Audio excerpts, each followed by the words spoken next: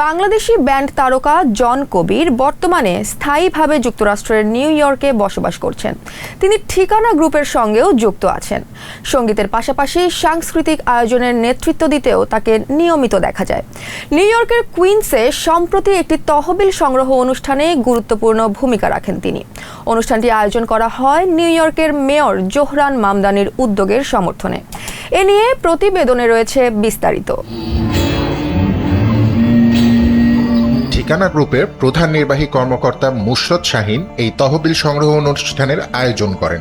New ইয়র্কে স্থানীয় সময়ে গত শনিবার সন্ধ্যায় অনুষ্ঠানটি অনুষ্ঠিত হয়। এতে রাজনীতি, সংস্কৃতি ও প্রবাসী কমিউনিটি বিশিষ্ট জনেরা উপস্থিত ছিলেন। আয়োজনটি ছিল পরিকল্পিত ও বহুমাত্রিক। সাংস্কৃতিক পরিবেশনার পাশাপাশি এতে ছিল বক্তব্য ও সামাজিক যোগাযোগের সুযোগ।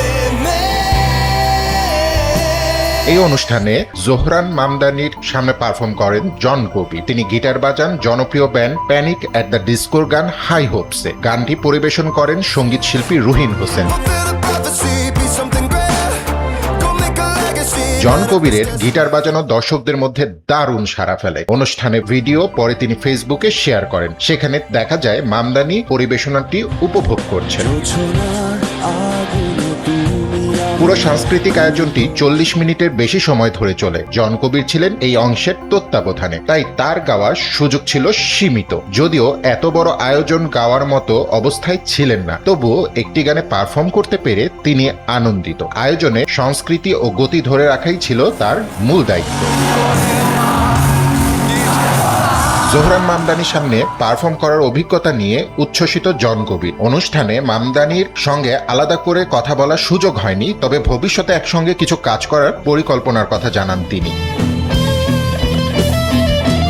জন কবির জানান, হাই হোপস গানটির ভাবনা মামদানি চিন্তাভাবনার সঙ্গে মিলে যায়। সে কারণেই তিনি গানটি উপভোগ করেছেন। পরিবেশনাটির সময় এলইডি পর্দায় ভেসে ওঠে জোহরান একটি নতুন যুগ নিউ ইয়র্ক লেখা। দর্শকেরা কোরাসে গলা মেলান। মুহূর্তটি হয়ে ওঠে প্রাণবন্ত।